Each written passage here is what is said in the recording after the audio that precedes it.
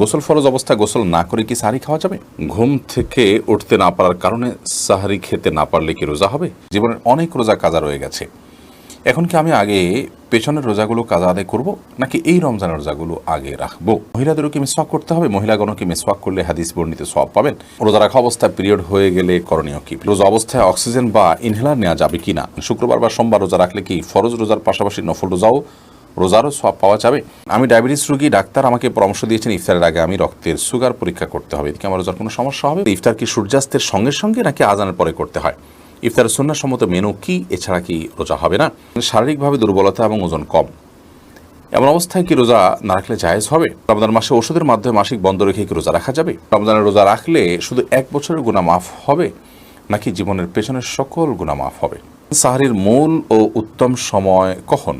রোজা রাখা অবস্থায় স্বপ্নদোষ বা কামভাবের জন্য মজি বের হলে কিংবা বীর্যপাত হলে কি রোজার কোনো ক্ষতি হয়? রোজা অবস্থায় তেল, সুরমা, আতর ইত্যাদি ব্যবহার করলে, নখ বা চুল কাটলে কি রোজার কোনো ক্ষতি হবে? রমাদান মাসে মহিলারা রান্না করার সময় কি লবণ চেক করতে পারবেন? প্রিয় দর্শক, আর বিলম্ব না করে চলুন আপনাদের প্রশ্ন উত্তর দেওয়ার পালায় প্রবেশ করি। জান্নাতুল ফেরদাউস আপনি লিখেছেন, রোজার নিয়ত কখন থেকে করতে হবে? ফরজ রোজার নিয়ত এটি রাতের গভীরে, অর্থাৎ রাতেই করতে হবে, রাতের মধ্যভাগে কিংবা শুরুতে, শেষে, যেভাবেই হোক সুবহ সাদিকের আগে আগে রাতের মধ্যেই করতে হবে জমহুর আমাদের মতে, অর্থাৎ হানাফি, মালিকি, শাফি এবং হাম্বলি ফোকাহে একরামের মতে। তবে ফোকাহে আহনাফ এর মতে দিনের বেলায় দ্বিপ্রহরের আগে আগে নিয়ত করলেও কিন্তু রমজানের ফরজ রোজা আদায় হয়ে যাবে। তবে অন্যান্য যে নফল রোজাগুলো আছে সেগুলো দিনের বেলা দুপুরের আগে আগ পর্যন্ত নিয়ত করলেই হয়ে যাবে সবার সর্বসম্মতিক্রমে। তাহলে খোলাসা কথা হলো, রমজানের ফরজ রোজার নিয়ত রাতেই করতে হবে অনেক ফোকাহে একরামের মতে। তবে হানাফি ফোকাহে একরামের মতে, ইমাম আবু হানিফা রাহিমাহুল্লাহর মাযহাব অনুপাতে, তার থট অনুযায়ী দিনের দুপুরের আগ পর্যন্ত যদি এই সময়ের মধ্যেও নিয়ত করে ফেলে কেউ, তাতেও তার রমজানের ফরজ রোজা আদায় হয়ে যাবে। তবে শর্ত হলো এর মধ্যে পান বা আহার বা রোজা ভঙ্গকারী কোনো কিছু না করে থাকতে হবে। বেলাল হোসেন আপনি লিখেছেন, জীবনের অনেক রোজা কাজা রয়ে গেছে, এখন কি আমি আগে পেছনের রোজাগুলো কাজা আদায় করব, নাকি এই রমজানের রোজাগুলো আগে রাখবো? দেখুন, জীবনের যদি অনেক রোজা আপনার কাজা হয়ে থাকে ইতিপূর্বে, তাহলে সেক্ষেত্রে সে রোজাগুলো এই রমজানের আগে আগে আপনার রেখে ফেলা উচিত ছিল, কর্তব্য ছিল। এখন তো রমজান চলেই এসেছে, অতএব এই রমজানের রোজাগুলো আপনাকে রাখতে হবে। এই রমজান শেষ হওয়ার সঙ্গে সঙ্গেই আপনি বিলম্ব না করে বিগত জীবনের যে রোজাগুলো আপনার কাজা হয়েছে সেগুলো রেখে ফেলার চেষ্টা আপনাকে অব্যাহত রাখতে হবে। তানজিনা আপনি লিখেছেন, রোজা রাখা অবস্থায় পিরিয়ড হয়ে গেলে করণীয় কি? পিরিয়ড যদি হয়ে যায় তাহলে ওই দিনের যে সিয়ামটা আছে ওই সিয়ামটা আপনাকে পরবর্তীতে রমজানের পরে রেখে দিতে হবে। আর পিরিয়ড হয়ে গেছে, এখন আপনি অন্য রোজাদার সামনে আপনি খাদ্য গ্রহণ ইত্যাদি থেকে বঞ্চিত থাকবেন এবং ওইভাবে পার করবেন।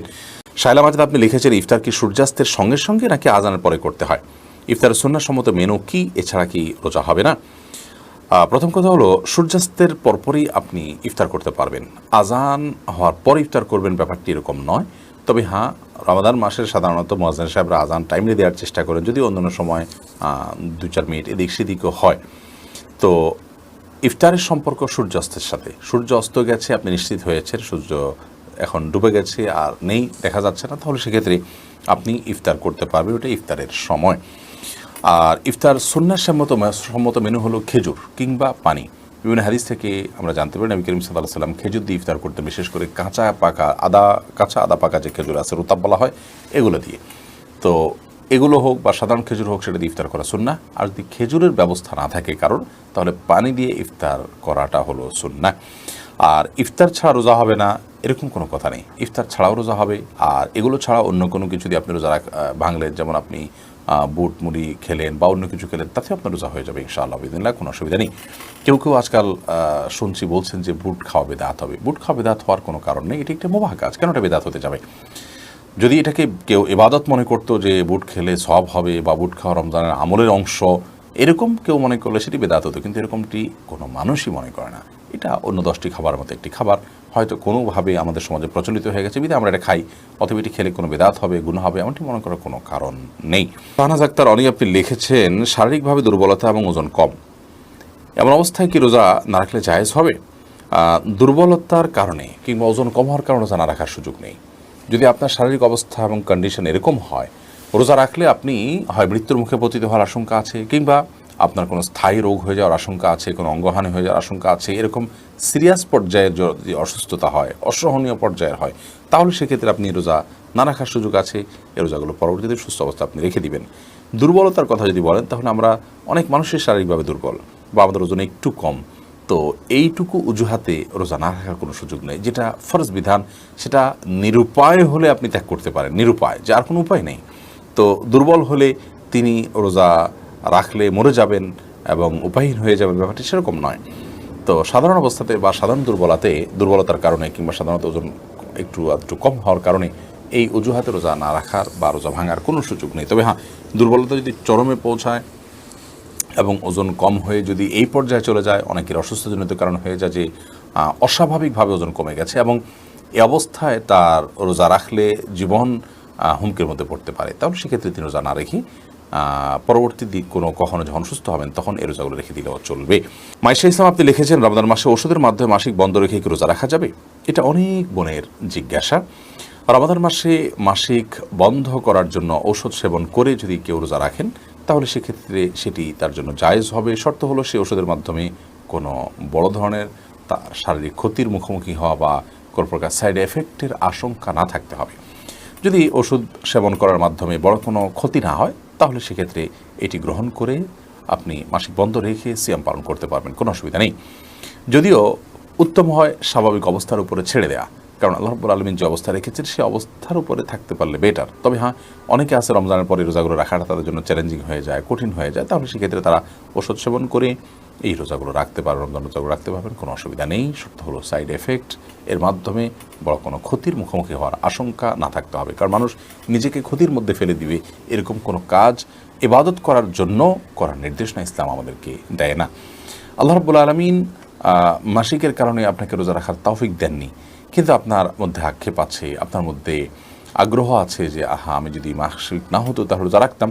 তো এই যে একটা আপনার আকুতি, এই যে আপনার আকুলতা, এটার কারণে আল্লাহ তাআলা রোজা না রাখতে পারার পরও আপনাকে আল্লাহ রাব্বুল আলামিন রোজা রাখার যে সওয়াব সেটি দান করবেন। কারণ হাদিসে আছে, নবী করিম সাল্লাল্লাহু আলাইহি ওয়াসাল্লাম বলেছেন, কোনো ব্যক্তি যদি অসুস্থ হয়ে পড়ে, শারীরিকভাবে অনুপযুক্ত হয়ে পড়ে কোনো ইবাদত করার, অথচ তার যখন শারীরিক সক্ষমতা ছিল তিনি সেই ইবাদতটি করতেন, ত্রুটি বিচ্ছুতি করতেন না, তিনি সেটি করতেন এবং এখনও সুস্থ থাকলে তিনি করতেন, তাহলে সেক্ষেত্রে তিনি এই ইবাদতটি সুস্থ অবস্থায় করলে যে পরিমাণ সওয়াব পেতেন, অসুস্থ অবস্থায় সেই ইবাদতটি করতে না পারার কারণে তার যে বেদনা, তার যে আকুতি, তার যে আকুলতা এবং তিনি যে সুস্থ থাকলে রাখতেন, সেই বিবেচনায় আল্লাহ তাআলা তাকে ইবাদত করার সওয়াব দেবেন। বিধায় মা বোনরা এক্ষেত্রে আলাদা কোনো কসরত না করলেও ইনশাআল্লাহ বিইذনিল্লাহ আল্লাহ তাআলার কাছ থেকে তারা আজর পাবেন, যদিও এই রোজাগুলো তাদেরকে আবার রেখে দিতে হবে। অতএব ওষুধ সেবন করে মাসিক বন্ধ রেখে রোজা রাখতে পারবেন, ওই শর্ত সাপেক্ষে যে সাইড এফেক্ট থাকবে না। মোশাহিদ আলী আপনি লিখেছেন, রোজা রাখতে অক্ষম ব্যক্তির করণীয় কি, রোজার ফিদিয়া কীভাবে আদায় করতে হয়? ভাই মোশাহিদ আলী, রোজা রাখতে যিনি অক্ষম, দেখতে হবে তার এই অক্ষমতাটা কি স্থায়ী নাকি অস্থায়ী। যদি অক্ষমতাটা অস্থায়ী হয়, ধরুন কেউ অসুস্থ হয়েছেন, জ্বরে আক্রান্ত হয়েছেন, রোজা রাখতে পারছেন না, প্রচণ্ড রকমের জ্বরে আক্রান্ত হয়েছেন, করোনা আক্রান্ত হয়ে সিরিয়াস পর্যায়ে চলে গেছেন, তিনি সিয়াম রাখতে পারছেন না, তাকে তিনি বলে প্রচুর পানি পান করতে হচ্ছে সুস্থ থাকার প্রয়োজনে, বেঁচে থাকার প্রয়োজনে। এরকম যদি হয়, তাহলে সেক্ষেত্রে এই অসুস্থতাটা তো ইনশাআল্লাহ কেটে যাবে এক সময়, সে আশা আছে। তো এরকম অবস্থায় যে কয়টি রোজা তার ভঙ্গ হবে, সেই কয়টা রোজা তিনি রমজানের পরবর্তী দিনগুলোতে রেখে দিবেন কাজা হিসাবে, তাতে ইনশাআল্লাহ তার দায়মুক্ত তিনি হয়ে যাবেন এবং এর ফলে কোনো গুনাহ হবে না। এ বিষয়ে কোরআন কারীমে আল্লাহ রাব্বুল আলামিনের সেই আয়াত আমাদের কাছে দলিল হিসাবে হাজির আমরা করতে পারি, যে আয়াতে আল্লাহ তাআলা বলেছেন, ফামান কানা মিনকুম মারিদান আও আলা সাফারিন, তোমাদের মধ্যে কেউ যদি অসুস্থ বা রুগ্ন থাকে রমাদান মাসে অথবা সফরে থাকে, ফাইদ্দাতুম মিন আইয়ামিন উখার, তাহলে রমাদানের যে কয়টা দিন তার রোজা ছুটে যাবে বা রাখা থেকে তিনি মাহরুম থাকবেন, এই কয়টা রোজা অন্য সময় তিনি রেখে দিলেও তার রোজা আদায় হয়ে যাবে। আর যদি তার রোগটা হয় স্থায়ী, যে রোগটা আর সারার আপাতত সম্ভাবনা নেই, যেমন বার্ধক্যজনিত কারণে কেউ রোজা রাখতে পারছেন না, তিনি আর কামব্যাক করবেন, সুস্থ হবেন এবং রোজা রাখতে পারবেন, সেরকম শক্তি আবার ফিরে পাবেন, এই সম্ভাবনা খুবই ক্ষীণ। এরকম যদি হয়, তাহলে সেক্ষেত্রে তার পক্ষ থেকে ফিদিয়া দিতে হবে। ফিদিয়া হলো একজন মিসকিনকে খাবার দিতে হবে, একবেলার সকালের অথবা দুপুরের অথবা রাতের খাবার আপনি দিতে হবে।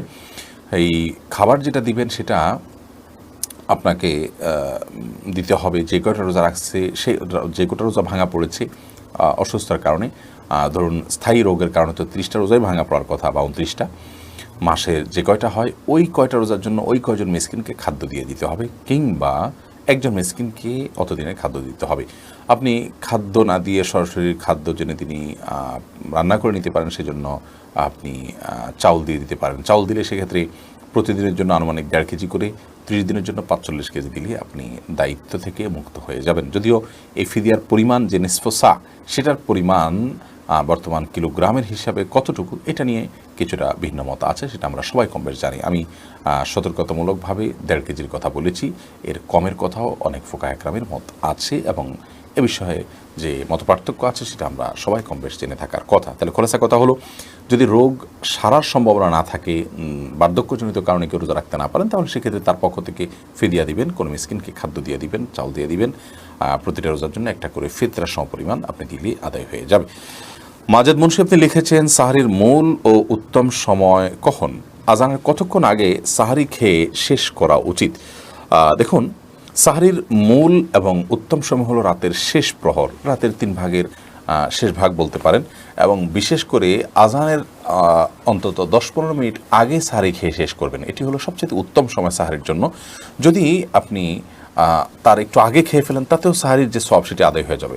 রাতে আপনি ঘুম থেকে ওঠার পর দুপুর রাত থেকে, অর্থাৎ মাঝরাত থেকে নিয়ে ভোর রাতে একটা ফজর আজানের আগ পর্যন্ত, সবে সাদেকের আগ পর্যন্ত যে কোনো সময় আপনি খেলেই সেটা সাহারি হিসাবে বিবেচিত হবে, বিশেষ করে ভোর রাতের শেষ প্রহরে 1/3 ভিতরে শেষ অংশে। আর একেবারে শেষের দিকে খাওয়াটা হলো উত্তম সওয়াবের কাজ, সুন্নাহ, বিশেষভাবে ফজিলতপূর্ণ। তবে একেবারে শেষের দিকের মানে এই নয় যে আজান হচ্ছে ভাব ঠিক সেই মুহূর্তে আপনি খেলেন, অর্থাৎ সবে সাদেকের ঠিক সঙ্গে সঙ্গে বা ওই টাইমের কাছাকাছি সময়ে আপনি খেলেন, এটি কিন্তু উত্তম নয়। বরং নবী করিম সাল্লাল্লাহু আলাইহি ওয়াসাল্লাম সাহারি খেয়ে শেষ করার পর সম্ভবত 100টি আয়াত তেলাওয়াত করার মতো সময় তার হাতে থাকতো, বিধায় সে বিষয়টি আমাদের মাথায় থাকা উচিত। সাকিব হাসান আপনি লিখেছেন, গোসল ফরজ অবস্থায় গোসল না করে কি সাহারি খাওয়া যাবে? যদি কারোর গোসল ফরজ হয়, তাহলে গোসল ফরজ অবস্থায় যদি আপনি সাহারি খেয়ে নেন, এই কারণে যে এখন গোসল করতে গেলে সাহারি খাওয়ার সময় আর থাকবে না, অথবা যে কারণেই হোক না কেন যে আমি পরে গোসল করব, তাহলে তার ফলেও সিয়াম হয়ে যাবে, কোনো অসুবিধা নেই। তবে অবশ্যই ফজরের সালাত আদায়ের প্রয়োজনে ফজরের সালাতের আগে আপনাকে ফরজ গোসল করতে হবে। কিন্তু গোসল ফরজ হওয়া অবস্থায়, অর্থাৎ শরীর অপবিত্র অবস্থায় যদি কেউ খাদ্য গ্রহণ করেন এবং সাহারি খেয়ে ফেলেন বা রোজার নিয়ত করেন, তাতেও রোজা হয়ে যাবে, সাহারি হয়ে যাবে, কোনো অসুবিধা নেই। যদিও গোসল করে তারপরে খেতে পারলে সেটা উত্তম, তা বলাই বাহুল্য। প্রশ্ন হলো, রোজা অবস্থায় তেল, সুরমা, আতর ইত্যাদি ব্যবহার করলে, নখ বা চুল কাটলে কি রোজার কোনো ক্ষতি হবে? রমাদান মাসে রোজা অবস্থায় তেল, সুরমা, আতর এগুলো ব্যবহার করলে রোজার কোনো ক্ষতি হবে না। ঠিক একইভাবে চুল, নখ ইত্যাদি কাটলেও সিয়ামের কোনো ক্ষতি হবে না, কারণ এগুলোর কোনোটাই খাদ্য কিংবা খাদ্যের সাথে সাদৃশ্যপূর্ণ কোনো বিষয় নয়। যদি আপনি রোজা রেখে খাদ্য গ্রহণ করেন, পানীয় গ্রহণ করেন, কিংবা খাদ্য বা পানীয়ের কাজ দেয় বা এটার সাথে সাদৃশ্য হয়, এরকম কোনো কিছু আপনি করেন, তাহলে সেক্ষেত্রে সেটি সিয়াম ভঙ্গের কারণ হবে। আর রোজা রেখে একজন মানুষ যদি তেল ব্যবহার করেন, সুরমা ব্যবহার করেন, আতর ব্যবহার করেন, কিংবা চলবা নখ কাটেন, তাতে না সেটা খাদ্যের কোনো কাজ দেয়, না পানীয়ের কোনো কাজ দেয়, না তার সাথে কোনো এর সরাসরি কোনো সম্পৃক্ততা বা সাদৃশ্য আছে, বিধায় এগুলো করলে সিয়াম ভঙ্গ হবে না, রোজা ভঙ্গ হবে না, কোনো অসুবিধা নেই। ভাই মামুনুর রশিদ আপনি লিখেছেন, ঘুম থেকে উঠতে না পারার কারণে সাহারি খেতে না পারলে কি রোজা হবে? সাহারি খাওয়া কি আবশ্যক? যদি রমাদান মাসে কেউ ভোর রাতে সাহারি খেতে ওঠার সুযোগ না পান, এর মধ্যে ফজর ওয়াক্ত হয়ে গেছে, অর্থাৎ সাহারি খাওয়ার কোনো সুযোগই তিনি পেলেন না, তাহলে সেই ক্ষেত্রে তার রোজা হবে কিনা? উত্তর হলো, তার রোজা হয়ে যাবে, তার সিয়াম হয়ে যাবে, এবং তিনি যদি কোনো কিছু না খেয়ে থাকেন, না পান করে থাকেন, অর্থাৎ সবে সাদিক থেকে নিয়ে, তাহলে সেক্ষেত্রে আলহামদুলিল্লাহ তার রোজা বিশুদ্ধ হয়ে যাবে। সাহারি খাওয়া এটি রমজান মাসে বা রমজানের বাইরে যে কোনো রোজার জন্য ফরজ বা আবশ্যিক কোনো বিষয় নয়। সাহারি খাওয়া এটি সুন্নাহ, সাহারি খাবারের মধ্যে বরকত রয়েছে, কিন্তু কোনো কারণে কেউ সাহারি খেতে পারলেন না, তারপরও তার রোজা হয়ে যাবে, তার সিয়াম হয়ে যাবে ইনশাআল্লাহ তাআলা। আজকে আজিম আপনি লিখেছেন, শুক্রবার বা সোমবার রোজা রাখলে কি ফরজ রোজার পাশাপাশি নফল রোজারও সওয়াব পাওয়া যাবে? জুমাবার বা সোমবার যদি কেউ রোজা রাখেন রমজানের বাইরে, তাহলে সেই ক্ষেত্রে আপনার রমজানে যদি কেউ শুক্রবার বা সোমবার রোজা রাখেন, তাহলে সেক্ষেত্রে সোমবার রোজা রাখার যে সওয়াব আছে সেই সওয়াবটি আদায় হবে তখন যদি তিনি নিয়মিত সোমবার রোজা রাখে থাকেন এবং রমজান না হলে তিনি এই দিন রোজা রাখতেন, তাহলে আশা করা যায় আল্লাহ তাআলা এই বারে সিয়ামের সওয়াব তাকে দিবেন। আর জুমাবারে রোজা রাখার তো বিশেষ কোনো নির্দেশনা নয়, বরং শুধু জুমাবারে রোজা রাখা তো হাদিসে নিষেধ, এটি সপ্তাহে ঈদের দিন। অতএব এটি জায়গায় আমরা বৃহস্পতিবার উল্লেখ করতে পারি, বৃহস্পতিবার এবং সোমবার এই দিনগুলোতে রোজা রাখা সুন্নাত। তো রমজান মাসে বৃহস্পতি সোম তো রোজা তো আপনার অটোমেটিকলি রাখা হয়ে যাচ্ছে, তাহলে তিনি রমজানের ফরজ রোজা আদায়ের সওয়াব পাচ্ছেন, আবার সোম বৃহস্পতি রোজা রাখার যে সুন্নাত সেটাও কি পাচ্ছেন কিনা। উত্তর হলো অন্যান্য সময় তিনি যদি এই রোজাগুলো রেখে থাকেন এবং এক্ষেত্রেও তার জেহেনে আছে, তার মনে আছে যে হ্যাঁ তিনি রমজান রোজা তো রাখছেনই, পাশাপাশি সোম বৃহস্পতিবার অতিবাহিত হচ্ছে, সেই হিসাবে তিনি আশা করা যায় আল্লাহ রাব্বুল আলামিনের কাছে এই দিনের যে নফল বা সুন্নত রোজার যে সওয়াব সাপ্তাহিক রোজার সেটাও তিনি লাভ করবেন। সাইফুল ইসলাম জুয়েল আপনি লিখেছেন, আমি ডায়াবেটিস রোগী, ডাক্তার আমাকে পরামর্শ দিয়েছেন ইফতারের আগে আমি রক্তের সুগার পরীক্ষা করতে হবে, এতে কি আমার রোজার কোনো সমস্যা হবে? ভাই সাইফুল ইসলাম, এতে আপনার রোজার কোনো ক্ষতি হবে না। রোজার আপনার ইফতারের আগে আপনি সুগার পরীক্ষা করতে পারেন, এমনকি ইনসুলিনও নিতে পারেন, যেমনটি একটু আগে আমরা বলেছি। মাজিদুর রহমান আপনি লিখেছেন, ইনসুলিন বা ইনজেকশন নিলে কি রোজা ভেঙে যায়? ইনসুলিন বা ইনজেকশন নিলে রোজা ভঙ্গ হয় না, বিশেষ করে যে ইনজেকশন আমাদের চামড়ার নিচে বা সামান্য মাংসপেশিতে যায়, যেটা আমাদের পাকস্থলিতে যায় না, খাদ্যের কাজ দেয় না, পানীয়ের কাজ দেয় না, খাদ্য বা পানীয়ের সাথে সাদৃশ্য হয় না, সেরকম ইনজেকশন যেটা শুধুমাত্র আপনার চামড়ার নিচে ইনজেক্ট করা হয় কিংবা আপনার মাংসপেশিতে ইনজেক্ট করা হয় এবং সেটাতে আপনার মেডিসিন থাকে সামান্য পরিমাণে, বা যেখানেই হোক ইনজেক্ট করা হয় সেটা পাকস্থলিতে অন্তত যায় না। তো এই ইনজেকশন এবং আপনার ইনসুলিন এগুলোর কারণে রোজা ভঙ্গ হবে না, এটাই বিশুদ্ধতর মত এবং সংখ্যাগরিষ্ঠ উলামা ইকরাম আরব আজম সবারই মত বলতে গেলে। সেই হিসাবে টিকাও এটা রোজা ভঙ্গের কারণ না, টিকা নিলেও রোজা আপনি থাকবে আপনার রোজা। তবে যে ইনজেকশন আপনার খাদ্য বা পানীয়ের কাজে, ধরুন গ্লুকোজ আছে, এরকম গ্লুকোজের যে স্যালাইন আছে যদি আপনি গ্রহণ করেন তাহলে তার ফলে রোজা ভঙ্গ হয়ে যাবে, কারণ এটা খাদ্য এবং পানীয়ের কাজ দিয়ে থাকে। বাইয়ান আক্তার আপনি লিখেছেন, রমজানের রোজা রাখলে শুধু 1 বছরের গুনাহ মাফ হবে নাকি জীবনের পেছনের সকল গুনাহ মাফ হবে? বোন বাইয়ান আক্তার, নবী করিম সাল্লাল্লাহু আলাইহি ওয়াসাল্লাম বলেছেন, মান সামা রমাদান ঈমানান ওয়া ইহতিসাবা, যে ব্যক্তি রমাদান মাস ব্যাপী রোজা রাখবে ঈমানের সাথে, ইখলাসের সাথে, নিষ্ঠার সাথে, গফিরা লাহু মা তাকাদ্দামা মিন যামবিহি, তার পেছনের সমস্ত গুনাহ মাফ করে দেওয়া হবে। এই হাদিস থেকে বোঝা যায় গোটা জীবনের গুনাহ আল্লাহ তাআলা মাফ করবেন, 1 বছরের নয়। তবে হ্যাঁ, এখানে গুনাহ মাফ বলতে ছোট ছোট গুনাহের কথাই বোঝানো হয়েছে, কারণ বড় গুনাহ এবং কাবিরা গুনাহ যেগুলো সেগুলো তওবা ছাড়া মাফ হবে না। বিধায় সিয়াম যদি রাখার পাশাপাশি আপনি তওবায়ে নাসুহা করতে পারেন, সিয়ামের যে বার্তা সেটা যদি আপনি ক্যাচ করতে পারেন, টেক করতে পারেন, ধরতে পারেন, এবং সেটা ধরে যদি আপনি পেছনের সমস্ত কৃতকর্মের জন্য লজ্জিত হয়ে আল্লাহর কাছে ক্ষমা প্রার্থনা করে ভবিষ্যতে আর এই সমস্ত পাপাচারে লিপ্ত হবেন না মর্মে সংকল্প করেন, তাহলে এটি তাওবা হয়ে গেল। এরকমভাবে যদি আপনি সিয়াম পালন করতে পারেন তাহলে সগীরা কবিরা সব গুনাহ মাফ হবে ইনশাআল্লাহ তাআলা। মাইমুন আপনি লিখেছেন, রোজা অবস্থায় অক্সিজেন বা ইনহেলার নেওয়া যাবে কিনা? রোজা অবস্থায় ইনহেলার নেওয়া যাবে কিনা এ বিষয়ে দুটি মত পাওয়া যায়। একটি মত হলো ফোকাহে আহনাফ, বিশেষ করে আমাদের এই অঞ্চলের ভারত মহাদেশের যে ওলামা ইকরাম আছেন, ফোকাহে আহনাফ যারা আছেন তাদের মতে ইনহেলার নেওয়া যাবে না রোজা অবস্থা। যদি নেন তাহলে সেই রোজাটি আবার রেখে ফেলতে হবে। নিরুপায় হয়ে গেলেন, শ্বাসকষ্ট হচ্ছে, বাধ্যহীন ইনহেলার নিতে হলো, তিনি নেবেন, কিন্তু রোজাটা তাকে আবার রেখে দিতে হবে। আর এর বাইরে সৌদি আরবের ওলামা ইকরাম সহ অনেক ইমামদের মতে, অনেক ওলামা ইকরামের মতে ইনহেলার নেওয়া যাবে।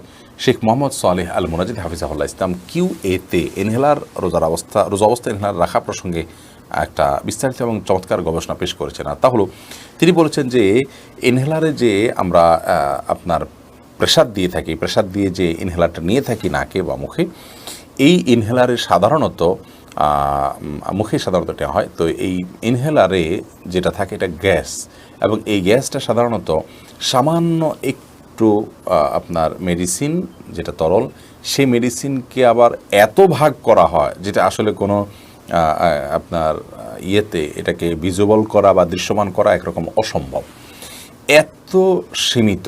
এটা গ্যাসের আকারে হয় এবং সেটা আবার প্রেস করার পর, চাপ দেওয়ার পর, প্রেসার দেওয়ার পর এটা মানুষের লাংয়ে যায়। এটা পাকস্থলিতে যাওয়ার কোনো সিস্টেম নেই, জাস্ট এটা শ্বাসনালীকে প্রশস্ত করার জন্য ব্যবহার করা হয়ে থাকে। অনেক সময় লাংয়েও যায় না সম্ভবত। যাই হোক, তো খোলাসা কথা হলো এটি পাকস্থলিতে যায় না এবং খাদ্য বা পানীয়ের কাজ দেয় না। পরিমাণে এত কম থাকে যেটা উল্লেখযোগ্য নয়। আমরা কুলি করলে যেরকম আমাদের কুলির সাথে পানির কিছু অংশ যেতে পারে, সেটা খুবই সামান্য এখানে সেটাও নয়, তার চাইতে অনেক কম, যার কারণে ইনহেলার ব্যবহার করাটাকে তারা জায়েজ বলেছেন এই যুক্তিতে। যদিও বিন বাজ রাহিমাহুল্লাহ বলেছেন যে একান্ত প্রয়োজন না হলে ইনহেলার ব্যবহার না করা উচিত। রোজাদারের রোজা ভাঙার পর অর্থাৎ ইফতার করার পর তিনি ইনহেলার ব্যবহার করবেন। তাহলে দুটি মত আমরা পেলাম, একটি হলো আমাদের দেশের উলামায়ে কেরাম সহ ফুকাহা হানাফির, আরেকটি হলো আরবাইন স্কলারদের। শাহেদ আলী আপনি লিখেছেন, রোজা রাখা অবস্থায় স্বপ্নদোষ বা কামভাবের জন্য মজি বের হলে কিংবা বীর্যপাত হলে কি রোজার কোনো ক্ষতি হয়? রোজার মধ্যে কামভাবের কারণে যদি কারোর মজি বের হয়, যেটাকে আঠালো কিছুটা আঠালো পানির মতো যে পদার্থ সেটা যদি বের হয়, তাহলে সেক্ষেত্রে তার ফলশ্রুতিতে রোজা ভঙ্গ হবে না।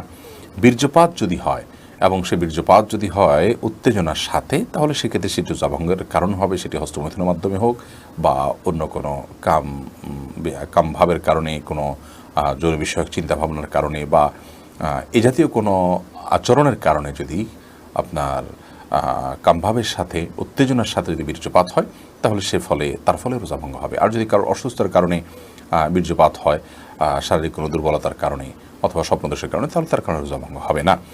তবে মজি যেটা কিছুটা আঠালো পানির মতো, সেটি বের হওয়ার ফলে, যেটা বীর্য নয়, শুভ্র সাদা নয়, সেটি বের হওয়ার ফলে রোজা ভঙ্গ হবে না। তবে সেটি বের হলে অজু ভঙ্গ হবে। তবে রোজা রেখে আপনার মজি বের হতে পারে এরকম কোনো চিন্তা ভাবনা, কল্পনা বা আচরণ থেকে বিরত থাকা উচিত, সিয়ামের যে মৌলিক লক্ষ্য আছে সেই লক্ষ্য সাধনের স্বার্থে এবং প্রয়োজনে।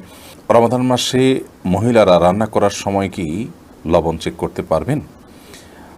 আমাদের মা বোনরা রমাদান মাসে রান্না করতে গিয়ে, বা যে কোনো পুরুষও রান্না করতে গিয়ে যদি তরকারির লবণ চেক করতে হয়, স্বাদ চেক করতে হয়, তাহলে সেক্ষেত্রে সেটি তার জন্য জায়েজ হবে যদি এই চেকটা হয় জিহ্বা দিয়ে এবং চেক করে সাথে সাথে আবার থুতুর মাধ্যমে তিনি সেটাকে পরিষ্কার করে ফেলে দেন, অর্থাৎ গলদকরণ না গেলেন, তাহলে সেক্ষেত্রে সেটি জায়েজ হবে।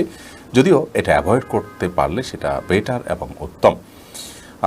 যদি কারোর সন্দেহ হয় যে রান্নাটা ঠিকমতো হলো কি হলো না, মানুষ খেতে পারবে কি পারবে না, লবণ হলো কি হলো না, কম বা বেশি হলো কি না, তাহলে সেক্ষেত্রে তিনি পরখ করতে পারবেন। তবে জিহ্বার আগায় নিয়ে সেটাকে আবার খুব ভালোভাবে থুতুর সাথে ফেলে দেওয়ার চেষ্টা তাকে করতে হবে, তিনি ফেলে দিতে হবে। এর মাধ্যমে ইনশাআল্লাহ তাআলা তার এই চেক করাটা জায়েজ হবে। তবে যাদের মোটামুটি অনুমান হয়ে গেছে, আন্দাজ হয়ে গেছে, খুব একটা প্রয়োজন হয় না, তারা এটা অ্যাভয়েড করতে পারলে অবশ্যই বেটার এবং ভালো। রূপা খানম আপনি লিখেছেন, মহিলাদেরও কি মিসওয়াক করতে হবে? মহিলাগণও কি মিসওয়াক করলে হাদিস বর্ণিত সওয়াব পাবেন? এর উত্তর হলো, মহিলাগণ মিসওয়াক করতে পারবেন, বরং করা উচিত।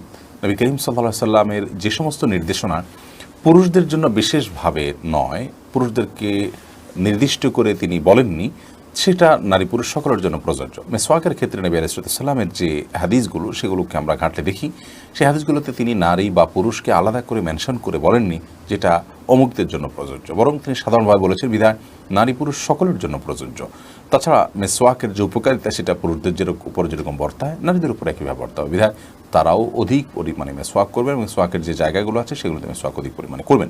মিসওয়াক বিষয়ে আমাদের একটা ভিডিও বক্তব্য আছে, কোন কোন জায়গায় মিসওয়াক করতে হবে, 7টি জায়গায় মিসওয়াক করার কথা বিভিন্ন হাদিস থেকে আমরা জানতে পারি, সেগুলোকে আমরা একত্র করে দিয়েছি। সেই জায়গাগুলোতে একজন পুরুষ যেমন মিসওয়াক করার চেষ্টা করবেন, একজন নারীও তার মতো করে মিসওয়াক করার চেষ্টা করবেন। রমাদান মাসে সিয়াম রেখে দিনের বেলা মিসওয়াক করা যায়। নবী করিম সাল্লাল্লাহু আলাইহি সাল্লাম এত বেশি সংখ্যক মিসওয়াক করেছেন রমাদান মাসে রোজা রেখে যে আয়েশা রাদিয়াল্লাহু আনহা বলেছেন, গুণে শেষ করা কঠিন হবে।